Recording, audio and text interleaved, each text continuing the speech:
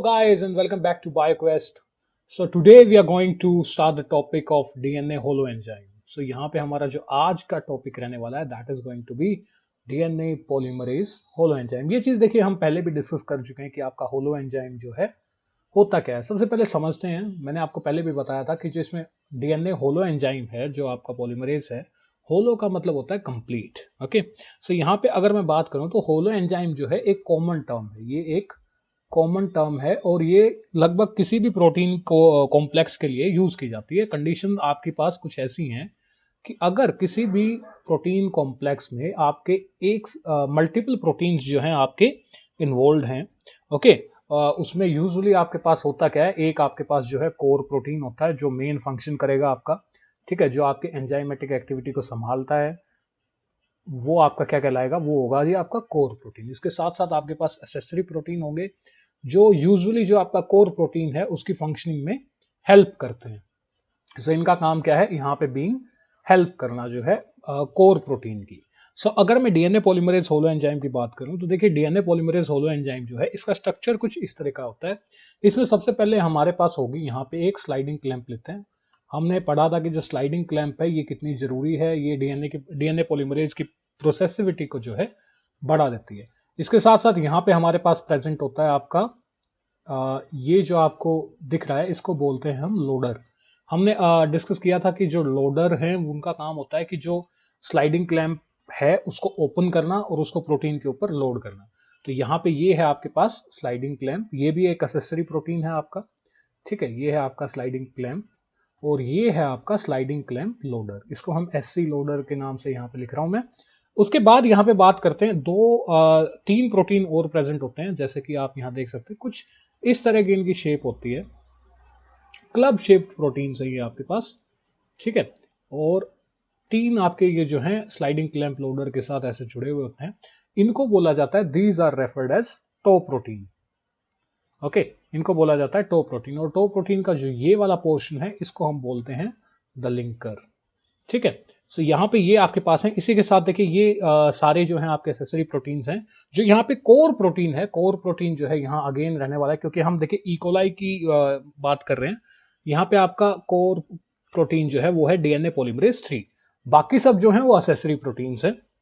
अब यहाँ पे इसके अंदर तीन आपके कोर प्रोटीन जो हैं, तीन आपके डीएनए पॉलीमरेज 3 जो हैं वो आपके इन्वॉल्व होते हैं होलो एंजाइम के अंदर. कैसे, देखिए एक तो आप यहाँ पे ऐसे लगा होता है, ठीक है, और इसकी यहाँ पे आपके पास ये है फिंगर डोमेन है और ये आपका थंब डोमेन है. इसी के साथ बात करें तो दो आपके पास डीएनए पॉलीमरेज यहाँ पे भी होते हैं. ओके, अगेन ये आपका जो है यहाँ पे फिंगर डोमेन है और ये थंब डोमेन है.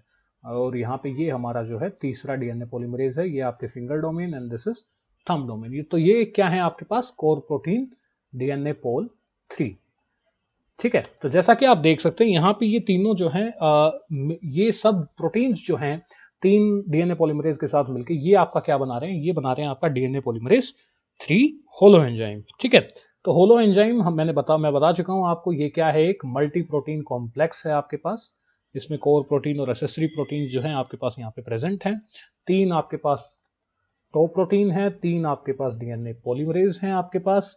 एससी लोडर एक ही होता है आपके पास और स्लाइडिंग क्लैंप भी यूजुअली एक ही होती है. हालांकि स्लाइडिंग क्लैंप बार बार लोड की जाती है तो ये रिप्लेस होती रहती है. अब देखिए मैंने आपको बताया था कि आपकी जो रेप्लिकेशन फोर्क बनती है, आपका जब डीएनए अनवाइंड होगा तो स्टार्टिंग में कुछ इस तरह की कंडीशन होती है, राइट. ये आपका डीएनए यहाँ से अनवाइंड हुआ. अभी हम देखेंगे जब इनिशिएशन पढ़ेंगे हम डीएनए रेप्लिकेशन की तो देखेंगे कैसे आपका जो डीएनए है वो अनवाइंड होता है. तो आपका एक जो डीएनए पॉलीमरेज होलो एंजाइम है वो एक यहाँ पे प्रेजेंट होगा जो इस डायरेक्शन में जा रहा है मान लीजिए, और दूसरा यहाँ पे प्रेजेंट होगा, ठीक है, जो इस डायरेक्शन में जा रहा है. अब यहाँ पे देखिए सबसे पहले जो सवाल उठता है वो ये है कि जैसे जैसे आपका हेलिकेज यहाँ पे लोड कर इसको अनवाइंड करता जाएगा डीएनए को, सो यहाँ पे कैसे फंक्शनिंग कैसे होगी. यहाँ पे आपने देखा कि तीन डीएनए पॉलीमरेज है जबकि आपके पास स्ट्रैंड दो ही होती है. एक आपके पास लीडिंग स्ट्रैंड होती है और लगा लीजिए ये आपकी लीडिंग स्ट्रैंड है और ये आपकी लैगिंग स्ट्रैंड है. तो स्ट्रैंड तो दो ही है लेकिन आपके पास डीएनए पॉलीमरेज तीन क्यों है. तो ये एक क्वेश्चन उठता है कि आपको तीन डीएनए पॉलीमरेजेस की जरूरत यहाँ पे क्यों पड़ती है, ठीक है. तो इसको समझते हैं. सबसे पहले आई होप कि आपको समझ में आ गया होगा कि डीएनए पॉलीमरेज होलो एंजाइम में क्या क्या चीजें जो है इन्वॉल्व है, ठीक है. इसके साथ ही आगे चलते हैं. अब देखिए यहाँ पे हमें समझने वाली बात ये होगी कि हम देखेंगे अभी, हालांकि अगर हम अ, एक सीरीज से चलें तो हमें सबसे पहले इनिशिएशन देखना चाहिए। ठीक है, क्योंकि डीएनए रेप्लिकेशन 3 स्टेप में होती है। डीएनए रेप्लिकेशन आपकी क्या है, एक 3 स्टेप प्रोसेस है। इसमें सबसे पहला होता है इनिशिएशन, फिर आता है आपका यू कैन से इलोंगेशन, और जो लास्ट पार्ट है आपका that is going to be termination. तो यहाँ पे होना तो ये चाहिए कि हमें पहले इनिशिएशन देखना चाहिए, फिर इलोंगेशन और फिर टर्मिनेशन, लेकिन हम यहाँ पे देखिए सबसे पहले हम इलोंगेशन देखेंगे। ठीक है, क्योंकि देखिए हम प्रोटीन्स पढ़ते आ रहे हैं, हमने सारे प्रोटीन्स जो है वो डिस्कस कर लिए हैं कि आपके रेप्लिकेशन फोक पे कौन से प्रोटीन्स काम करते हैं। इनिशिएशन और टर्मिनेशन जो है हम बाद में देखेंगे। इलोंगेशन जो है प्रोकैरियोट और यूकैरियोट में लगभग दोनों में सेम ही रहती है आपकी। हालांकि इनिशिएशन और जो टर्मिनेशन है ये अलग अलग होगी, इसीलिए मैं जो है पहले आपको इलोंगेशन करा रहा हूं, क्योंकि इलोंगेशन प्रोकैरियोट के केस में और यूकैरियोटिक के केस में लगभग सेम ही रहती है, बस प्रोटीन्स के नाम जो है वो थोड़े से बदल जाते हैं। हालांकि कुछ अगर डिफरेंसेस होंगे तो वो भी मैं मेंशन करूंगा। जो मेन डिफरेंस आता है रेप्लिकेशन में वो है आपका इनिशिएशन में और टर्मिनेशन में, ये हम देखेंगे कि क्या डिफरेंसेस है। तो आई होप इसी के साथ आइए शुरू करते हैं। हम सबसे पहले जो आज हम यहाँ पे डिस्कस करने वाले हैं वो होगा डीएनए सिंथेसिस एट रेप्लिकेशन फोक। डीएनए सिंथेसिस एट रेप्लिकेशन फोक की रेप्लिकेशन फोक के ऊपर डीएनए पॉलीमरेज 3 होलो एंजाइम का यूज करके डीएनए का सिंथेसिस होता कैसे है।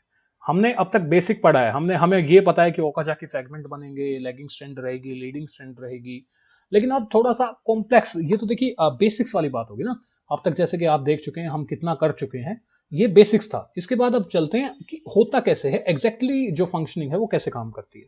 तो इसके लिए सबसे पहले हम एक रेप्लिकेशन फोक हमने ले ली है, और रेप्लिकेशन फोक का ये एक रेप्लिकेशन फोक है आपके पास, और यहाँ पे ये जो है आपके पास, ये है आपका डबल स्ट्रैंडेड डीएनए है आपके पास। अगेन आपके पास 5 प्राइम एंड है और 3 प्राइम एंड। ओके, यहाँ पे जैसा कि मैंने बताया था कि डीएनए पॉलीमरेज 3 के साथ साथ कुछ और प्रोटीन भी होते हैं जो फंक्शनिंग करते हैं बिल्कुल। उनमें से सबसे मेन जो है मैं कहूँगा हेलिकेज है, उसके साथ साथ आपके पास सिंगल स्ट्रैंड बाइंडिंग प्रोटीन्स भी होते हैं, उसके बाद प्राइमेज भी जो है वो क्लोज प्रोक्सिमिटी में ही प्रेजेंट होता है। ये जो सारे प्रोटीन्स हैं ये मिलके ही आपकी जो रेप्लिकेशन फोक पे डीएनए सिंथेसिस है उसको संभालते हैं। तो आइए देखते हैं कि ये सब काम कैसे कर रहे हैं। तो सबसे पहला जो रोल होता है जी वो होता है आपके हेलिकेज का। जैसा कि आप यहाँ पे देख सकते हैं, आई होप कि आप देख पा रहे हैं, ये आपका जो है, ये जो आपको यहाँ पे रिंग दिख रही है अगर, तो ये है आपका हेलिकेज। और हेलिकेज मैंने बताया था आपको एक स्ट्रैंड के ऊपर लोड होता है, तो यहाँ पे एक स्ट्रैंड के ऊपर आपका हेलिकेज लोडेड है, और ये एटीपी हाइड्रोलिसिस का यूज करके अनवाइंडिंग करता जा रहा है। ओके, अनवाइंडिंग जो है हो रही है। उसके बाद जो दूसरा प्रोटीन जो है वो रोल में आता है वो है आपका single strand binding protein, SSB. जो ये आपको ये दिख रहे हैं, ये जो है ये आपके क्या हैं, these are single strand binding protein. जैसे ही हेलिकेज अनवाइंडिंग करता है, अनवाइंडिंग होते ही जो आपका सिंगल स्ट्रैंडेड डीएनए बाहर आया है, जो ये वाला आपका डीएनए है, ये आपका सिंगल स्ट्रैंडेड डीएनए है, इसको कौन कवर कर लेगा, इसको कवर कर लेंगे सिंगल स्ट्रैंड बाइंडिंग प्रोटीन। उसका काम क्या होता है, देखिए डीएनए जो आपका सिंगल स्ट्रैंडेड डीएनए है उसको स्टेबिलिटी प्रोवाइड करना और सेकेंडरी स्ट्रक्चर फॉर्मेशन को रोकना, ये हम पहले कर चुके हैं। ओके, इसके बाद जो है अगला काम किसका आता है वो है आपका प्राइमेज। ठीक है, प्राइमेज आएगा। अब यहाँ पे एक्चुअली इन्होंने बिल्कुल बीच से दिखा दिया आपको। एक्चुअली होता क्या है कि स्टार्टिंग में सबसे पहले प्राइमेज आएगा और वो प्राइमर जोड़ेगा। ठीक है, इमेजिन कीजिए कि उसने पहला प्राइमर यहाँ जोड़ दिया है। ठीक है, और ये आपका 5 प्राइम एंड हो गया, ये आपकी टेम्पलेट है, ग्रे कलर में जो है वो आपके पास टेम्पलेट है। और यहाँ पे क्योंकि 3 डीएनए पॉलीमरेजेस है ना हमारे पास, तो हम देखेंगे तीनों का फंक्शन क्या है। देखिए, एक तो सीधी बात है, ये जो है आपका डीएनए पॉलीमरेज, ये आपका लीडिंग स्ट्रैंड पे काम कर रहा है। ये यहाँ से यहाँ पे सबसे पहले जैसे ही प्राइमर टेम्पलेट जंक्शन बनेगा, क्योंकि प्राइमेज क्या करेगा, प्राइमर जोड़ देगा, प्राइमर जुड़ते ही आपके पास क्या अवेलेबल हो जाएगा, जो आपका प्राइमर टेम्पलेट जंक्शन है वो अवेलेबल हो जाएगा। और प्राइमर टेम्पलेट जंक्शन पे सबसे पहले जो प्रोटीन जुड़ता है वो है आपका स्लाइडिंग क्लैंप। तो ये जो आपका स्लाइडिंग क्लैंप लोडर आप यहाँ पे देख रहे हैं, ये क्या करेगा, यहाँ पे एक स्लाइडिंग क्लैंप को लोड कर देगा। ठीक है, कुछ इस तरीके से, और आपका एक डीएनए पॉलीमरेज यहाँ पे जुड़ जाएगा। अब डायरेक्शन हमें पता है कि क्या रहती है आपकी, 5 प्राइम टू 3 प्राइम रहती है। तो ये जो है अपना डीएनए पॉलीमरेज जो है अपना फंक्शन करते हुए यहाँ तक पहुंच गया। स्लाइडिंग क्लैंप जो है इसको हटने नहीं देगी। और जैसे जैसे, अब देखिए देखने वाली बात क्या है कि जैसे जैसे डीएनए हेलिकेज अनवाइंडिंग करता जाएगा, ये डीएनए पॉलीमरेज सिंथेसिस करता हुआ आगे बढ़ेगा बिना किसी ब्रेक के। ठीक है, तो यहाँ पे जो आपका सिंथेसिस हो रहा है लीडिंग स्ट्रैंड के ऊपर वो कंटिन्यूअस है। बिना किसी ब्रेक के। उसके बाद हम बात करते हैं जो हमारा दूसरा स्ट्रैंड है जिसको हम लैगिंग स्ट्रैंड कहते हैं, उस पर भी देखिए सेम चीज होगी। अब मान लीजिए कि यहाँ पे एक्चुअली यहाँ पे हुआ है पहला प्राइमेज लोड, लेकिन हम यहाँ से चलते हैं, यहाँ पे आपका पहला प्राइमर जो है वो बनाया गया है मान लीजिए। तो ये यहाँ पे प्राइमर टेम्पलेट जंक्शन बन गया। प्राइमर टेम्पलेट जंक्शन आते ही यहाँ क्या आ जाएगा, यहाँ अगेन आपका क्या आ गया, स्लाइडिंग क्लैंप लोड होगी सबसे पहले। उसके बाद स्लाइडिंग क्लैंप के बाद जो आपका एक डीएनए पॉलीमरेज यहाँ पे काम कर ही रहा है, जो दूसरा है वो यहाँ पे लोड हो जाएगा। ये मान लीजिए कि आपका दूसरा लोड हो गया। हमें पता है कि लैगिंग स्ट्रैंड पे डीएनए सिंथेसिस की डायरेक्शन जो है वो अनवाइंडिंग की डायरेक्शन से अपोजिट होती है, क्योंकि देखिए डीएनए अनवाइंडिंग इस डायरेक्शन में हो रही है और लैगिंग स्ट्रैंड पे डीएनए सिंथेसिस की डायरेक्शन ये है 5 प्राइम टू 3 प्राइम। जैसा कि आप देख भी सकते हैं यहाँ पे ये आपकी टेम्पलेट है। टेम्पलेट का अगर यहाँ 5 प्राइम एंड है तो दूसरा क्या होगा, 3 प्राइम एंड होगा। वो 3 प्राइम है तो यहाँ पे आपका 5 प्राइम एंड होगा। तो 5 प्राइम से 3 प्राइम जो है आपकी डायरेक्शन डीएनए रेप्लिकेशन की चली जा रही है। तो ये जो है आपका डीएनए पॉलीमरेज ये यहाँ तक आ चुका है आपका रेप्लिकेशन करते करते, और जैसे ही ये यहाँ पे पहुंचेगा इसके पास पहुंचेगा, ये यहाँ से अनलोड हो जाएगा, ये मतलब यहाँ से निकल जाएगा। लेकिन यहाँ पे एक समझने वाली बात यह है, देखिए जो डीएनए पॉलीमरेज है उसको जो स्लाइडिंग क्लैंप है उससे अलग होना ये एक काफी स्लो प्रोसेस होती है। ये क्या होती है, काफी स्लो प्रोसेस होती है, इसमें टाइम लग जाता है। अब इस बात का यहाँ पे क्या लॉजिक है इसको समझिए। अब लगा लीजिए ये हमारा अगेन जैसे जैसे आपका हेलिकेज अनवाइंडिंग करता जा रहा है, जो लीडिंग स्ट्रैंड का डीएनए पॉलीमरेज है वो कवर करता आ रहा है, ठीक है, वो उसको बिल्कुल अच्छे से कवर कर रहा है। जैसे जैसे सिंगल स्ट्रैंडेड डीएनए बाहर आ रहा है, देखिए यहाँ पे कितने एसएसबी जुड़ पा रहे हैं, सिर्फ इतने सारे। जबकि अगर आप पीछे चलें तो देखिए कितने सारे सिंगल स्ट्रैंडेड बाइंडिंग प्रोटीन जो है यहाँ पे जुड़े हुए हैं। तो इस काम से जो हमारा डीएनए पॉलीमरेज लीडिंग स्ट्रैंड का है उसको लीडिंग इसलिए बोलते हैं क्योंकि वो डीएनए सिंथेसिस में आगे चल रहा है, ठीक है। जैसे जैसे सिंगल स्ट्रैंडेड डीएनए बनता जा रहा है वो उसकी रेप्लिकेशन करता जा रहा है, और यहाँ पे एक ही प्राइमर की जरूरत थी जो आपको स्टार्टिंग में लगाना पड़ा।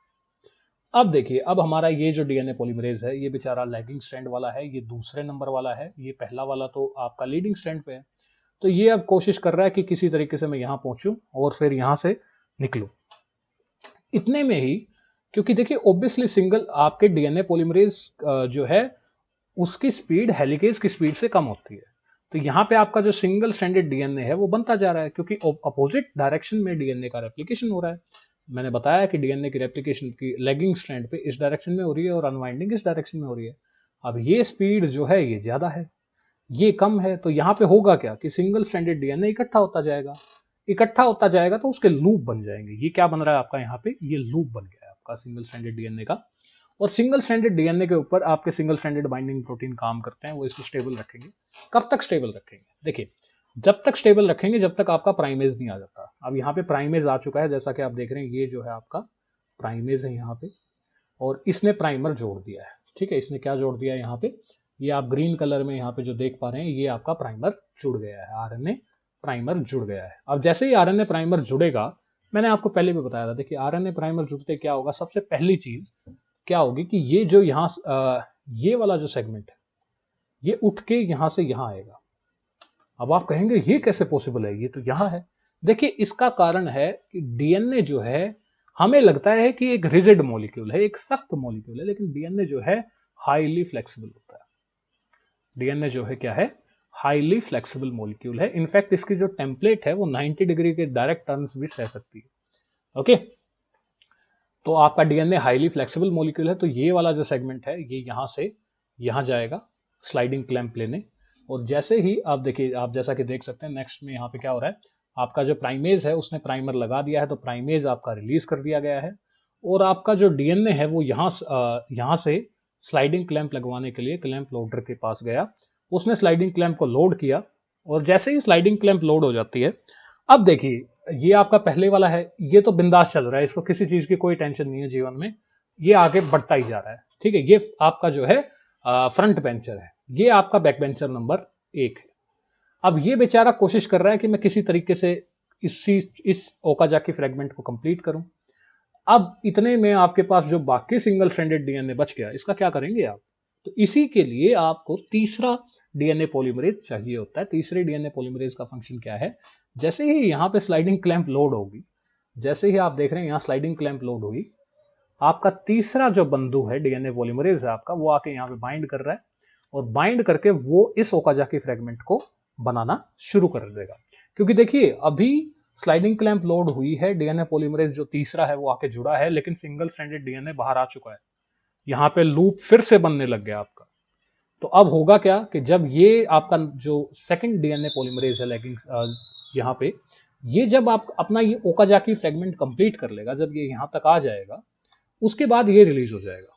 जैसा कि आप देख सकते हैं ये यहाँ पे इसने कंप्लीट कर दिया है। यहाँ पे एक छोटा सा गैप रहता है, इसको हम बोलते हैं निक। इस निक को फिल करने का काम जो है डीएनए लाइगेज करेगा। ये हम पहले भी कर चुके हैं, डीएनए लाइगेज का क्या फंक्शन है। क्योंकि देखिए ये जो प्राइमर है ये आरएनए का है, इसको रिमूव करना पड़ेगा। उसके बाद यहाँ पे डीएनए पॉलीमरेज आके इसको रिपेयर करेगा, फिर डीएनए लाइगेज आके इस निक को फिल करेगा। ठीक है, अब देखिए ये जो हमारा, ये आपका भूलिएगा मत, ये थर्ड नंबर है, ये सेकंड नंबर है और ये आपका नंबर 1 है। तो हमारा जो सेकंड डीएनए पॉलीमरेज है वो रिलीज हो चुका है और हमारा जो थर्ड डीएनए पॉलीमरेज है वो इस दूसरे एक ओकाजाकी फ्रेगमेंट आपका यहां से यहां तक का था, ये कंप्लीट कर दिया हमारे सेकंड नंबर डीएनए पॉलीमरेज ने। और जो हमारा नेक्स्ट ओकाजाकी फ्रेगमेंट है जो यहां से यहां तक का होने वाला है, इसको नंबर 3 डीएनए पॉलीमरेज जो है वो कंप्लीट कर रहा है। लेकिन इतने में ही आपका जो सिंगल स्ट्रैंडेड डीएनए है वो दोबारा बाहर आने लग गया, लूप फॉर्मेशन जो है शुरू हो चुकी है। तो अब रिएक्शन जो है रिपीट होगी। अब यहाँ पे दोबारा सिंगल स्ट्रैंड बाइंडिंग प्रोटीन आके बाइंड करेंगे। ओके, उसके बाद डीएनए पॉलीमरेज जो है वो दोबारा प्राइमेज आएगा, प्राइमर लगाएगा, फिर स्लाइडिंग क्लैंप लोड होगी। उसके बाद क्या होगा, उसके बाद यहाँ पे आपका जो सेकंड जो डीएनए पॉलीमरेज फ्री होके आया है स्लाइडिंग क्लैंप से, वो दोबारा आके यहाँ जुड़ेगा और दोबारा से ओकाजाकी फ्रेगमेंट की यहाँ पे फॉर्मेशन शुरू की जाएगी। तो ये काफी एक कॉम्प्लेक्स प्रोसेस है, अगर आप ध्यान दें तो। देखिए अगर समझना चाहें तो है काफी आसान, लेकिन थोड़ा सा मैं कहूंगा कि यहाँ पे थोड़ा ध्यान रखने की जरूरत है। देखिए यहाँ पे हो क्या रहा है, यहाँ पे आपको सबसे पहले जो लैगिंग स्ट्रैंड पे आपके कितने डीएनए पॉलीमरेज हैं, आपके पास 2 डीएनए पॉलीमरेज हैं लैगिंग स्ट्रैंड पे। इनका ये आपको 2 क्यों चाहिए, क्योंकि देखिए लैगिंग स्ट्रैंड पे जो डीएनए का सिंथेसिस हो रहा है उसकी स्पीड स्लो है। अगर आपको लीडिंग स्ट्रैंड की जो डीएनए सिंथेसिस की स्पीड है उससे मैच करना है, तो आपको 2 डीएनए पॉलीमरेज लैगिंग स्ट्रैंड पे फंक्शन करने के लिए चाहिएंगे। उसके बिना पे ये चीज जो है पॉसिबल नहीं है। अब आप कहेंगे कि दिक्कत क्या है, एक से काम चला लेते। मतलब कि जैसा कि अगर हम यहाँ वापस चलें थोड़ा सा, और मैं इसको थोड़ा सा यहाँ पे इरेज कर दूं क्योंकि कुछ ज़्यादा ही हो गया। अब देखिए अगर आप कहें कि अरे कोई बात नहीं, थोड़ा सा सिंगल स्ट्रैंडेड डीएनए इकट्ठा हो जाएगा। ठीक है, अब मान लीजिए कि यहाँ पे आपका जो ये दूसरा डीएनए पॉलीमरेज, तीसरा डीएनए पॉलीमरेज है, ये पीछे छुपा हुआ है, ये 3 नंबर वाला है। अगर ये ना हो तो आप इमेजिन कीजिए कि जब तक ये इसको फिनिश करेगा और उसके बाद रिलीज किया जाएगा, फिर प्राइमर जुड़ेगा, तब तक यहाँ सिंगल स्ट्रैंडेड डीएनए कितना सारा इकट्ठा हो जाएगा, बहुत ज्यादा। और मैंने आपको बताया था सिंगल स्ट्रैंडेड डीएनए जो है वो कंपेरेटिवली स्टेबल नहीं होता। उसके अंदर अगर मान लीजिए यहाँ पे हम यहाँ से समझते, लगा लीजिए ये आपके पास डबल स्ट्रैंडेड डीएनए है और ये आपके पास सिंगल स्ट्रैंडेड डीएनए है। अगर डबल स्ट्रैंडेड डीएनए की एक स्ट्रैंड के अंदर किसी कारणवश ब्रेक आ जाता है, लगा लीजिए यहाँ पे ब्रेक आ गया, तो आपके पास कंडीशन ये होगी। तो इस ब्रेक को फिल करना आसान है, क्योंकि हम यहाँ पे आपके पास न्यूक्लियोटाइड्स हैं, उनका यूज करके हम बता सकते हैं कि ओके यहाँ पे अगर ए है तो यहाँ पे टी आएगा, आपने फिल कर दिया, फिर इसको फिल कर दिया, फिर इसको और फिर इसको। तो डीएनए डबल स्ट्रैंड, ये जो डबल स्ट्रैंडेड डीएनए में अगर ऐसा ब्रेक आए, इसको रिपेयर करना आसान होता है। लेकिन अगर लगा लीजिए सेम सिनेरियो जो है यहाँ पे आता है, तो आपका डीएनए जो है वो 2 टुकड़ों में टूट चुका है। अगर इसके बीच में कोई इंफॉर्मेशन थी, कोई सीक्वेंस थी, वो अब नहीं है, आप उसको रिट्रीव नहीं कर सकते। तो इसीलिए सिंगल स्ट्रैंडेड डीएनए का कंटेंट जो है सेल के अंदर कम रखा जाता है। मैं हमेशा पहले भी बता चुका हूं कि सिंगल स्ट्रैंडेड डीएनए का जो कंसंट्रेशन है या कंटेंट है, वो सेल चाहती है कि मिनिमम रहे। इसके 2 कारण हैं। पहला तो मैं बता ही चुका हूं कि अगर उसके अंदर कोई ब्रेक आता है तो break can be dangerous. Okay, break can be dangerous. उसके साथ साथ अगली जो चीज है, देखिए डीएनए हेलिकेज जो है, डीएनए हेलिकेज भी बहुत ही ज्यादा एटीपी कंज्यूम करता है। ये एटीपी कॉस्टली है, बहुत ज्यादा एटीपी यूज कर रहा है। ओके, तो इस चीज से बचने के लिए भी हम ट्राई करते हैं कि सिंगल स्ट्रैंडेड डीएनए जो है, हेलिकेज की एक्टिविटी जो है वो कंट्रोल में रहे और सिंगल स्ट्रैंडेड डीएनए जो है वो आपका ज्यादा ना बने। तो ये 2 मेन कारण होते हैं जो कि सिंगल स्ट्रैंडेड डीएनए के कंटेंट को कंट्रोल करते हैं एक सेल के अंदर। ओके, इसके बाद हमने देखिए कितने प्रोटीन्स पढ़े, यहाँ पे बहुत सारे प्रोटीन से। अब ये प्रोटीन जो है ये एक दूसरे के साथ क्या करते हैं, प्रोटीन जो है एक दूसरे के साथ इंटरेक्ट करेंगे। तो अब हमारा जो नेक्स्ट टॉपिक होने वाला है that is protein interaction at replication fork. जो ये आपकी रेप्लिकेशन फोक है, इसके ऊपर जो प्रोटीन्स हैं वो कैसे इंटरेक्शन करते हैं। तो देखिए इंटरेक्शन तो लगभग हर प्रोटीन के बीच में होती है। दो इंटरेक्शन सबसे मेन है, तो दो जो मेन इंटरेक्शन है वो कौन सी है मैं बताना चाहूंगा आपको। देखिए यहाँ पे जो आपकी सबसे पहली मैं कहूंगा कि इंटरेक्शन है जो कि जरूरी है, वो होती है आपकी डीएनए पॉलीमरेज के बीच में और आपके हेलिकेज के बीच में। ठीक है, मैं इन दोनों के डीएनए पॉलीमरेज की बात कर रहा हूं आपकी। ठीक है, ये जो आपके यहाँ पे डीएनए पॉलीमरेज लगे हुए हैं और ये जो आपका हेलिकेज लगा हुआ है। अब जैसा कि आप देख सकते हैं ये डायरेक्ट कांटेक्ट में नहीं है, डायरेक्ट कांटेक्ट में नहीं है, तो इनको किसी मीडिएटर की या बिचौलिए की जरूरत पड़ती है इंटरेक्शन करने के लिए। तो वो यहाँ पे कौन है आपका, that is tau protein. Tau protein इन दोनों की इंटरेक्शन को मीडिएट करेगा। ये है आपकी पहली इंटरेक्शन। दूसरी डायरेक्ट इंटरेक्शन जो है वो है आपकी प्राइमेज के बीच में और हेलिकेज के बीच में। जो आपका प्राइमेज है और जो आपका हेलिकेज है, अब इन चीजों को समझते हैं कि इनकी इंटरेक्शन जो है क्यों जरूरी है। बाकी प्रोटीन की इंटरेक्शन को छोड़ के हम इसी पे ध्यान क्यों दे रहे हैं। तो आइए चलते हैं। देखिए सबसे पहले मैं बात करूंगा यहाँ पे आपके हेलिकेज के बारे में। ठीक है, अब मान लीजिए मैंने आपको बताया कि हेलिकेज की जो स्पीड है, हेलिकेज की स्पीड कंपेरेटिवली ज्यादा होती है as compare to DNA polymerase. DNA polymerase की स्पीड बहुत ज्यादा है वैसे। DNA polymerase usually 1000 base pair एक सेकंड में कर लेता है, लेकिन जो आपका हेलिकेज है वो उसका भी कुछ ना कुछ लगता है। हेलिकेज की स्पीड बहुत ज्यादा है और हेलिकेज की स्पीड को कंट्रोल करना जरूरी है, क्योंकि पहली बात तो ये एटीपी बहुत ज्यादा खा रहा है, दूसरी बात ये सिंगल स्ट्रैंडेड डीएनए का कंटेंट बढ़ाता जा रहा है। हमें वो दोनों ही नहीं चाहिए। मतलब हमें चाहिए, हमें अनवाइंडिंग तो करवानी है लेकिन एक लिमिट में रखना है, क्योंकि सिंगल स्ट्रैंडेड डीएनए भी ज्यादा नहीं होना चाहिए और एटीपी भी धीरे धीरे यूज हो। ठीक है, अब ये तो वही बात हुई ना, जैसे अगर आपको घर लेना है अच्छा सा, आपको 1 करोड़ का घर पसंद आ गया और आपने तो उसकी डायरेक्ट पेमेंट करना कितना यू कैन से हेक्टिक हो सकता है, क्योंकि अगेन काफी कॉस्टली है वो। तो उसको अफोर्डेबल बनाने का क्या तरीका है, हम आमतौर पे क्या करते हैं, ईएमआई लेते हैं कि भाई मंथली बेसिस पे भरते रहेंगे। तो वैसे ही हेलिकेज की स्पीड में भी एटीपी बहुत ज्यादा यूज होते हैं, इतने कि सेल अफोर्ड नहीं कर सकता। इन दैट केस सेल क्या करता है, एटीपी को ईएमआई में यूज करता है, हेलिकेज की स्पीड को कंट्रोल करता रहता है कि थोड़ा सा चला, ओके एटीपी दिया, फाइन कोई दिक्कत नहीं है। उसके बाद उसके स्पीड को स्लो कर दिया जाता है कि भैया रुको, एटीपी बन रहे हैं, फिर आप आगे चलना। तो इस इंटरेक्शन को कंट्रोल करने के लिए जो आपका डीएनए पॉलीमरेज है और जो हेलिकेज है वो एक दूसरे के साथ इंटरेक्शन करते हैं। इस इंटरेक्शन का एक फायदा और होता है, इस इंटरेक्शन का फायदा ये होता है कि कहीं वो एक कहावत है हिंदी में जिसको कहते हैं कि आगे दौड़ और पीछे छोड़। क्योंकि हेलिकेज की स्पीड ज्यादा है, पॉलीमरेज की कम है, तो अगर हेलिकेज को खुली छूट दे दी जाए, इसको अगर फ्रीडम दे दी जाए, तो हेलिकेज जो है आपका, जैसा कि अगर आप यहाँ पे ध्यान भी दें तो यहाँ पे ये आपकी नॉर्मल कंडीशन है, ये है नॉर्मल लाइफ और ये है आपकी मेंटोस लाइफ। तो मेंटोस लाइफ में हुआ क्या, जो आपका हेलिकेज है वो फ्रीडम का बहाना लेके निकल पड़ा। अब देखिए जो आपके डीएनए पॉलीमरेजेस हैं, जो आपका होलो एंजाइम है, वो तो पीछे रह गया और हेलिकेज जो है वो अकेला आगे भाग रहा है। तो इस चीज से बचने के लिए जो है आपके जो इंटरेक्शन हैं डीएनए पॉलीमरेज की हेलिकेज के साथ, वो करती क्या है, वो यहाँ पे हेलिकेज की स्पीड को स्लो कर देती है, हेलिकेज स्लो हो जाते हैं, जो कि जरूरी है। नहीं तो भैया ये वाली हरकत हो जाएगी, हमें मेंटोस लाइफ नहीं चाहिए अभी। हमें सेल जो है वो बड़ा ही एक मैं कहूंगा कि एक कैलकुलेटेड मशीनरी है, वो कोई भी हरकत ऐसे नहीं करता। उसके बाद बात करें तो ये जो आपको मशीनरी दिख रही है, ये आपको जो सारा सिस्टम दिख रहा है, इसको बोलते हैं रेप्लीसोम। इसको क्या बोलते हैं आप, इसको बोलते हैं रेप्लीसोम। ठीक है, अगर कोई पूछे तो बता देना, रेप्लीसोम नाम है हमारा। आई होप कि आपको पसंद आया होगा, कि यहां तक कोई भी डाउट नहीं होगा आपको। ठीक है, कोई भी डाउट हो तो प्लीज आप लाइक कीजिए और उसके साथ जो डाउट है आपका वो कमेंट में आप पूछ सकते हैं, उसमें कोई भी दिक्कत नहीं है। मैं उस पर इनफैक्ट एक सेपरेट शॉर्ट वीडियो या वीडियो बना सकता हूँ, कोई दिक्कत वाली बात नहीं है। सो इसी के साथ हम आगे चलते हैं। देखिए हमने इलोंगेशन तो पढ़ ली, अब इलोंगेशन जो है वो देखिए दोस्तों दोनों के केसेस में ऐसी होती है, प्रोकैरियोट और यूकैरियोट के केस में ऐसी होती है। प्रोकैरियोट की अगर मैं बात करूं तो प्रोकैरियोट की जो रेप्लिकेशन है उसके अंदर आपका एक ही तरह का डीएनए पॉलीमरेज यूज होता है, जिसका नाम है डीएनए पोल 3। अगर आपको पिछली वीडियो आपने देखी हो तो मैंने बताया था कि प्रोकैरियोट्स के अंदर लगभग 5 तरह के डीएनए पॉलीमरेज होते हैं, सबका फंक्शन मैं बता चुका हूं। यूकैरियोट के अंदर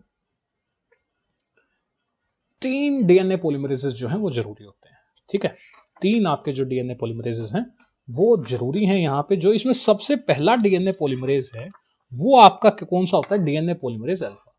ठीक है, आपका पहला जो है यहाँ पे वो क्या है? डीएनए पोल अल्फा। डीएनए पॉलीमरेज अल्फा काम करता है एक प्राइमेज का। ये किस चीज का फंक्शन कर रहा है? यहाँ पे प्राइमेज का। ये प्राइमर सिंथेसिस कर रहा है। ठीक है, ये आपका क्या कर रहा है? Primer synthesis. उसके बाद आपके 2 मेन डीएनए पॉलीमरेजेस आते हैं। जो आप पहला है आपका डीएनए पॉलीमरेज एप्सिलॉन। एप्सिलॉन को हम ऐसे लिखते हैं। ठीक है, ये है आपका डीएनए पॉलीमरेज एप्सिलॉन। ये आपका काम करता है लीडिंग स्ट्रैंड पे। ये है आपका फ्रंट बेंचर। ठीक है, जो कि हेलिकेज के साथ साथ चलने की पूरी कोशिश कर रहा है। सो आपका डीएनए पॉलीमरेज एप्सिलॉन जो है वो लीडिंग स्ट्रैंड पे काम कर रहा है। और ये जो डीएनए सिंथेसिस करता है, यहां पे मैं लिखना चाहूंगा कि जो देखिए डीएनए सिंथेसिस है वो कंटिन्यूअस है। वो क्या है? कंटिन्यूअस, मतलब कि बिना किसी ब्रेक के।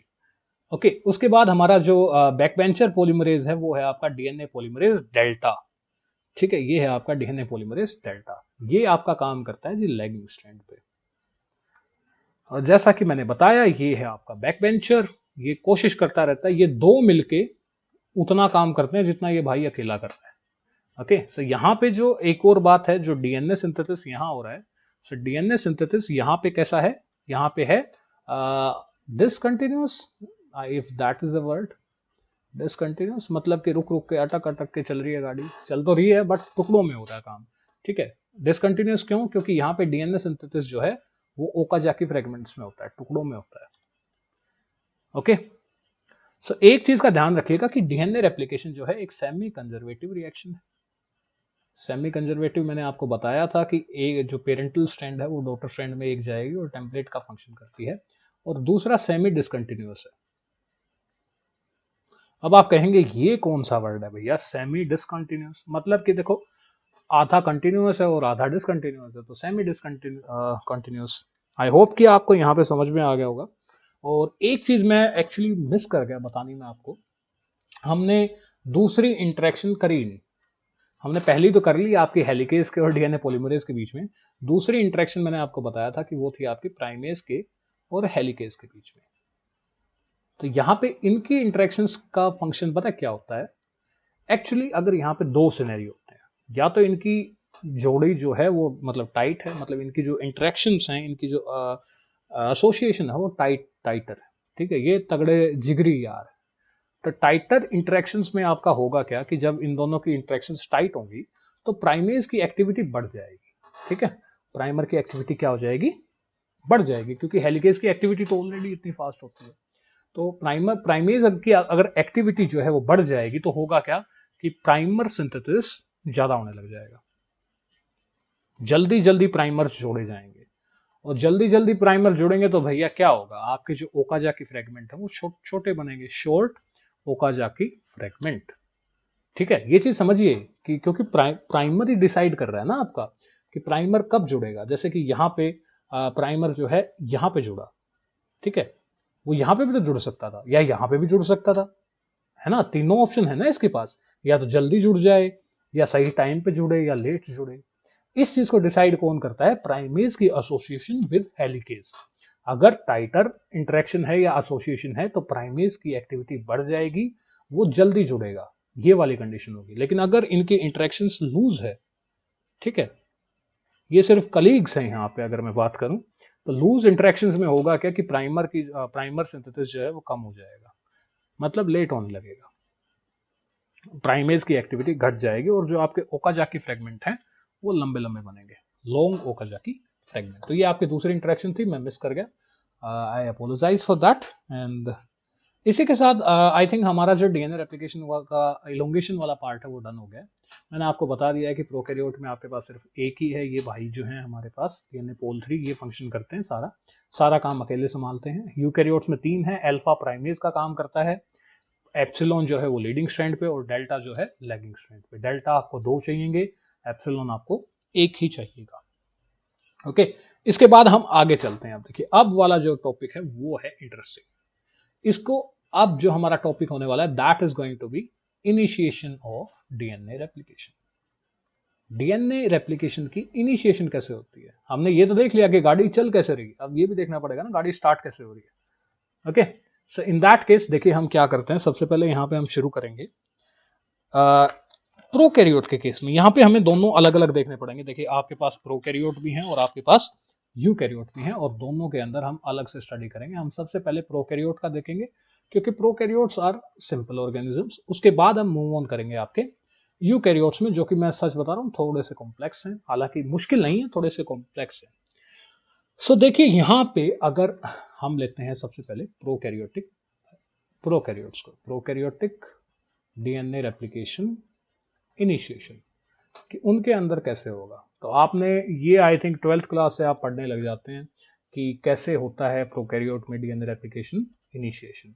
सो वहीं से थोड़ा रिमाइंड करेंगे, हालांकि हम ऑब्वियसली बेसिक से लेके पूरा डिटेल में जाएंगे ताकि कोई भी चीज़ जो है हमारी यहाँ पे मिस ना हो जाए। तो देखिए, जहाँ से आपकी रेप्लिकेशन शुरू होती है वो सीक्वेंस, जहाँ से आपकी डीएनए रेप्लिकेशन शुरू होती है उस सीक्वेंस को बोला जाता है ओरी। ठीक है, ओरी की एक्चुअली फुल फॉर्म है भैया ओरिजिन ऑफ रेप्लिकेशन। ठीक है, ये वो डीएनए सीक्वेंस है जहां से आपकी रेप्लिकेशन जो है शुरू होती है। अब लगा लीजिए मैं यहाँ पे एक्चुअली में एक प्रोकैरियोटिक डीएनए बनाना पड़ेगा। प्रोकैरियोट का डीएनए हमें पता है कैसा होता है, सर्कुलर होता है। ठीक है, एक्चुअली एक और बनाना पड़ेगा, हम दोनों स्ट्रैंड्स बनाएंगे यहाँ पे, थोड़ा सा समझने में आसानी हो जाएगी दोस्तों। ठीक है, ये हमारा जो है ये है आपका सर्कुलर डीएनए। इसके ऊपर यहाँ पे जैसे यहाँ साइट है, ये साइट है आपकी ओरी, मतलब ओरिजिन ऑफ रेप्लिकेशन, मतलब रेप्लिकेशन यहां से शुरू हो, और कोई दिक्कत वाली बात नहीं है। अब बात करें तो यहाँ पे इसको समझने के लिए प्रोकैरियोट में डीएनए रेप्लिकेशन इनिशिएशन कैसे हो रही है, इसके लिए एक मॉडल दिया गया है जिसको हम बोलते हैं रेप्लिकॉन मॉडल। तो हम उसके थ्रू इसको समझने की कोशिश करेंगे कि भैया कैसे हो रहा है। और रेप्लिकन जो रेप्लिकॉन मॉडल है आपका, ये इसमें दो कंपोनेंट्स हैं आपके, it is made up of two components.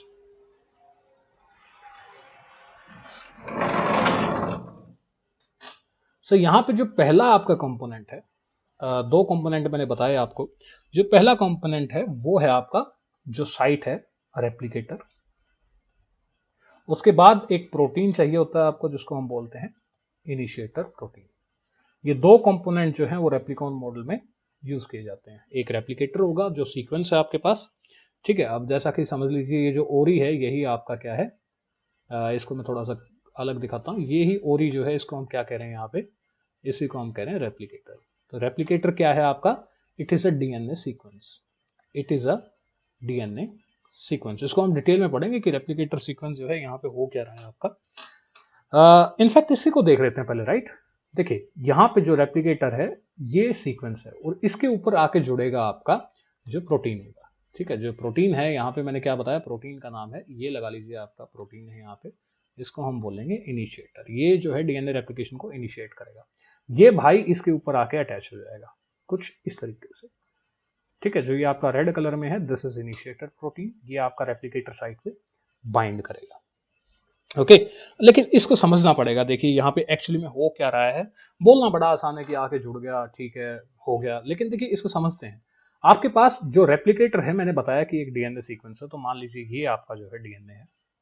ठीक है, मैंने यहाँ पे येलो में इसलिए दिखाया है क्योंकि यहाँ पे भी मैंने येलो कर रखा है ना, तो और ये आपका जो है बाकी डीएनए है। ठीक है, तो यहाँ पे साइट्स होती हैं। अगर मैं बात करूं रेप्लिकेटर, वो भी ई कोलाई की मैं बात कर रहा हूं यहाँ पे, जो ई कोलाई का रेप्लिकेटर है उसके अंदर दो साइट मिलती हैं आपको। तो यहाँ पे हम लिखते हैं आपका रेप्लिकेटर, रेप्लिकेटर के अंदर मिलती हैं आपको दो साइट। एक साइट वो होती है जिसपे बाइंडिंग होती है। ठीक है, एक साइट पे बाइंडिंग होगी, किसकी बाइंडिंग होगी, इनिशिएटर प्रोटीन की। तो यहाँ पे आपका बाइंडिंग ऑफ इनिशिएटर होगा एक साइट पे, ये आपकी पहली साइट है। ई कोलाई की बात करूं तो ई कोलाई में इस साइट को बोलते हैं 9 साइट। ठीक है, उसके बाद आपकी दूसरी आती है वो साइट जो कि अनवाइंडिंग होने में आसान है, मतलब ऐसी सीक्वेंस जो अनवाइंड होगी।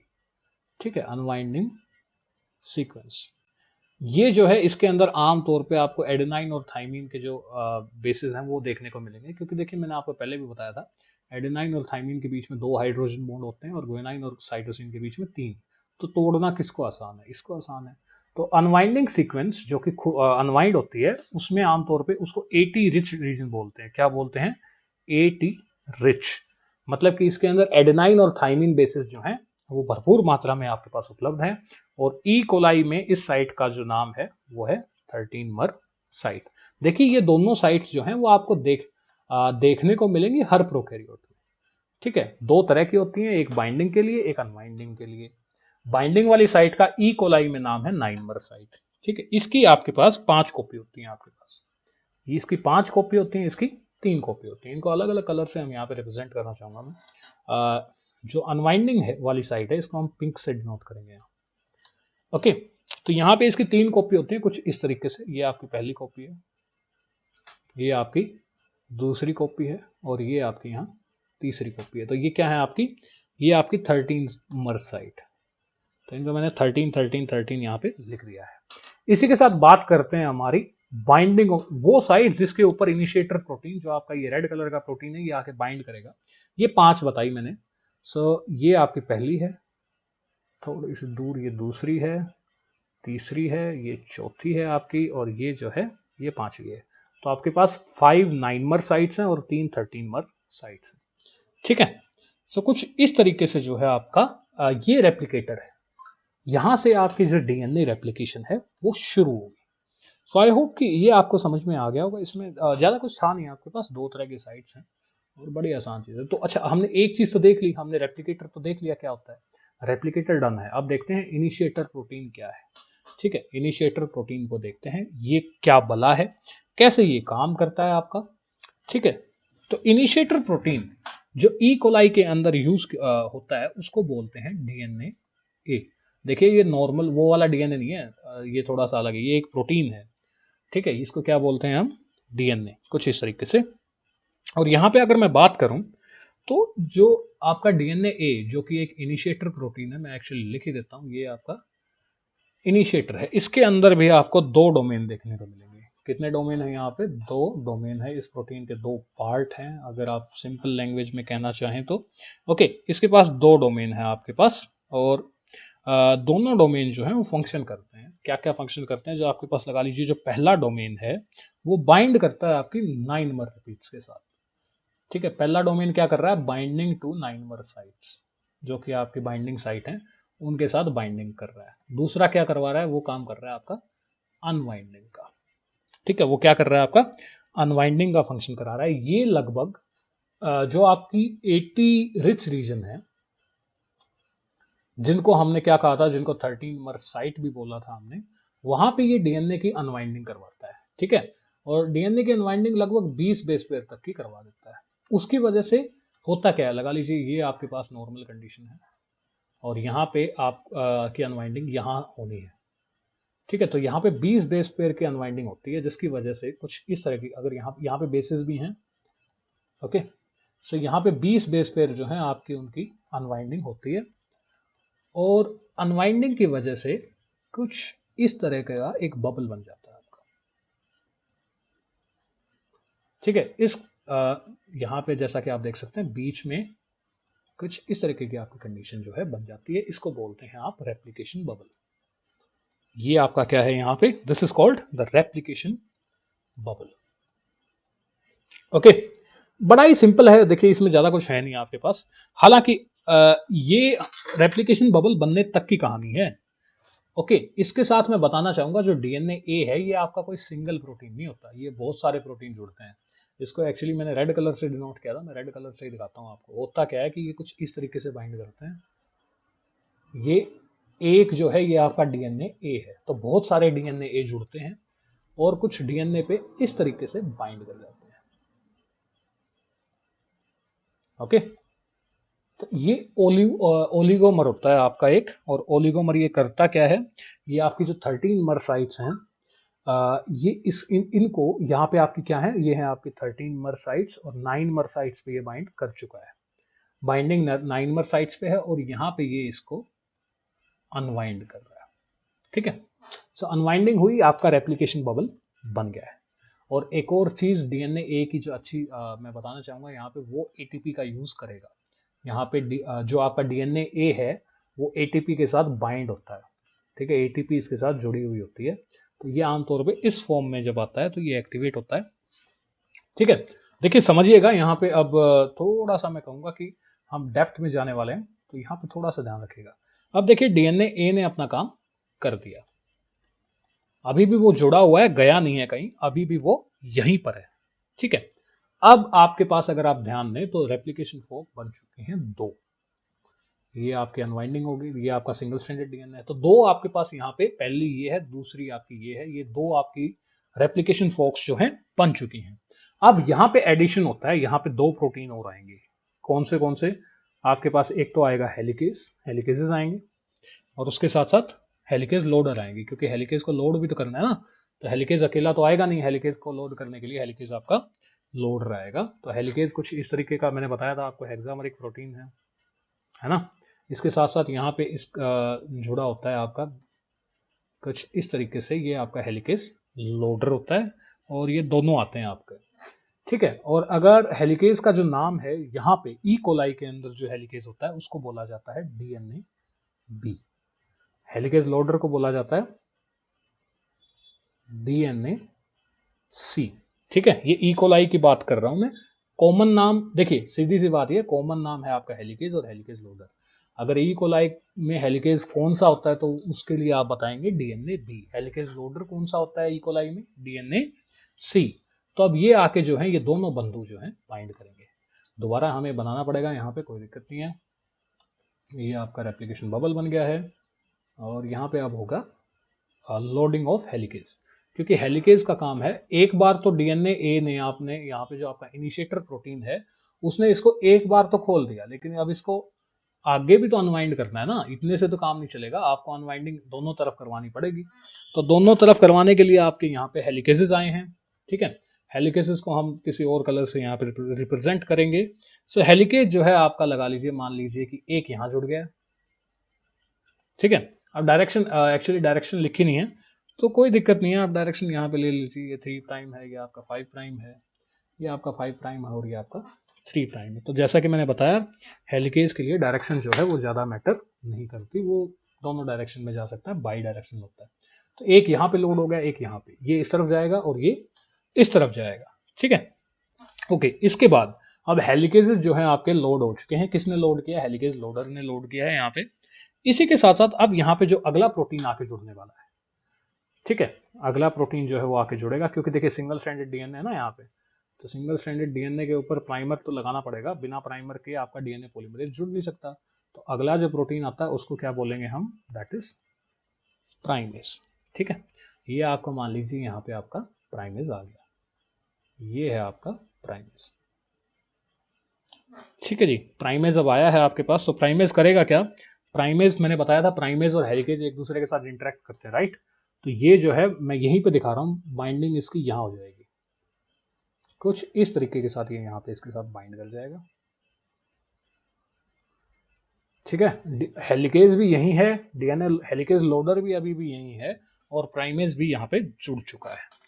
जैसे ही इनकी ज्वाइनिंग हो जाती है यहाँ पे, इसको हम इरेज कर देते हैं, ठीक है। यहाँ पे इन दोनों की लोडिंग होने के बाद अब आते हैं जी आखिरी, और मैं कहूंगा कि जो कि सबसे इंपॉर्टेंट बंदे हैं यहाँ के, वो हैं आपके डीएनए पोल 3 होलो एंजाइम्स। अब आपके आ चुके हैं डीएनए पोल 3 होलो एंजाइम्स। तो होलो एंजाइम अगेन काफी कॉम्प्लेक्स सा स्ट्रक्चर था, ये कुछ इस तरीके से, यहाँ पे 3 आपके पास अगेन ऐसा ही स्ट्रक्चर है, राइट। और ये आपका कुछ इस तरीके का स्ट्रक्चर है, और ये यहाँ पे एक इस तरफ लोड हो जाएगा, एक इस तरफ, और रेप्लिकेशन जो है दोनों तरफ चल पड़ेगी। और जैसे ही यहाँ पे ये फंक्शन हो जाएगा, ठीक है, अब जैसे ही ये सब हो रहा है, इसमें अभी सारे प्रोटीन यही हैं, ठीक है, हेलिकेज यही है, आपका प्राइमेज भी यही है, और इस तरीके से अब ये जो है इस तरफ डीएनए रेप्लिकेशन, और ये इस तरफ डीएनए रेप्लिकेशन जो है करता जाएगा। दोनों के पास एक एक लीडिंग स्ट्रैंड होगी, एक एक लैगिंग स्ट्रैंड होगी। सो आई होप कि आपको क्लियर होगा, बड़ा ही इजी था, इतना कुछ मुश्किल है नहीं यहाँ पे, आपको बस सीक्वेंस पता होनी चाहिए कि कैसे हो रहा है। और कौन करवा रहा है। ओके, सो हाँ, एक स्टेप मैंने बता दिया यहाँ, भूल गया मैं बताना एक्चुअली। यहाँ पे जब प्राइमेज आया तो प्राइमेज जो है वो प्राइमर सिंथेसिस तो करेगा ना, तो यहाँ पे प्राइमर सिंथेसिस जो है वो हुआ ही नहीं, तो प्राइमर सिंथेसिस जो है वो होगा, उसी के बाद आपका डीएनए पॉलीमरेज आएगा। और जब प्राइमर सिंथेसिस होता है तब आपका जो है लोडर है, हेलिकेज लोडर, वो लीव कर जाता है साइट को। Helicase loader leaves after first primer synthesis. जैसे ही पहले प्राइमर जो है वो सिंथेसाइज किए जाएंगे, आपका हेलिकेज लोडर जो है वो चला जाएगा, उसका अब यहाँ पे जो है काम नहीं है। और अब ये तीनों जो आपके पास क्या क्या है, आपके पास डीएनए पोल 3 होलो एंजाइम है जिसमें बहुत सारे हैं, आपके पास स्लाइडिंग क्लैंप है, स्लाइडिंग क्लैंप लोडर है, टॉप प्रोटीन है, डीएनए पोल 3 है, ये हैं। उसके बाद हेलिकेज है आपके पास, यहाँ पे प्राइमेज है आपके पास यहाँ पे, और सिंगल स्ट्रैंड बाइंडिंग प्रोटीन तो आते ही रहते हैं, जैसे जैसे आएंगे वो जुड़ते जाएंगे सिंगल स्ट्रैंडेड डीएनए पे, और इस तरीके से जो है आपकी पूरी फंक्शनिंग चलेगी। ओके, सो ये था आपका initiation of DNA replication in case of prokaryote. अगर आपको ये कॉम्प्लेक्स लगा है तो अभी तो देखते जाइए, यूकैरियोट आने वाला है। तो यूकैरियोट जो है वो हम करेंगे हमारी अगली वीडियो में। आई होप कि आपको वीडियो पसंद आई होगी। अगर आपको कंटेंट अच्छा लग रहा है तो प्लीज लाइक कीजिए, आपका कोई डाउट है तो कमेंट कीजिए, and please subscribe to the channel and press the bell notification so that if any new video is uploaded you will get notified। अगली वीडियो हम शुरू करेंगे आपके रेप्लिकेशन इनिशिएशन से, और ये आपकी डीएनए रेप्लिकेशन की लास्ट वीडियो होगी। इसके अंदर मैं पहले ही बता देता हूँ आपको यहाँ पे टॉपिक्स क्या क्या कवर होंगे एक्चुअली। हम सबसे पहले इनिशिएशन पढ़ेंगे, वो भी किस चीज़ में, आपके यूकैरियोट्स में इनिशिएशन हम देखेंगे कि कैसे होती है। और इलोंगेशन हम पहले ही पढ़ चुके हैं, तो हम फिर सीधा टर्मिनेशन पे आएंगे। ठीक है, टर्मिनेशन अगेन प्रोकैरियोट्स की अलग होती है और यूकैरियोट्स की अलग होती है। यूकैरियोट्स के अंदर एक एक्चुअली में दिक्कत आती है, जब आप डीएनए रेप्लिकेशन खत्म करने वाले होते हैं ना, तो एक प्रॉब्लम आती है, उस प्रॉब्लम को बोलते हैं आप एंड रेप्लिकेशन प्रॉब्लम। तो हम देखेंगे कि ये जो एंड रेप्लिकेशन प्रॉब्लम है ये क्या है। इसी के साथ साथ एक छोटा सा कंसेप्ट आएगा यहाँ पे बायोलॉजिकल इमॉर्टैलिटी का। ठीक है, बायोलॉजिकल इमॉर्टैलिटी वो भी हम कवर करेंगे। बायोलॉजिकल बड़ा इंटरेस्टिंग टॉपिक है, biological immortality. And replication problem क्या है पढ़ेंगे, इसको सॉल्व कौन करता है। एक एंजाइम है आपके पास टेलोमरेज, वो देखेंगे टेलोमरेज काम कैसे करता है। ठीक है, इसके स्ट्रक्चर फंक्शन देखेंगे, स्ट्रक्चर देखेंगे, फंक्शन देखेंगे, और इसका कंट्रोल देखेंगे। ठीक है, सो ये हमारा जो है this is going to be our next video. So thank you guys and see you soon. Thank you for watching. I hope you found this video helpful and informative. If you enjoyed the content, please give it a thumbs up and share it with your friends. Don't forget to subscribe for more videos. Hit the bell icon to stay updated with our latest uploads.